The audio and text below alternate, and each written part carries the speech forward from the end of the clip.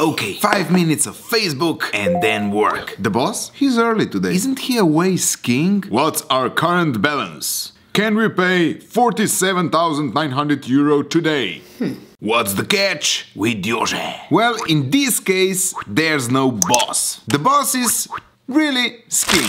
But there's a villain who found the company info online. But how do scammers fake emails? Easy.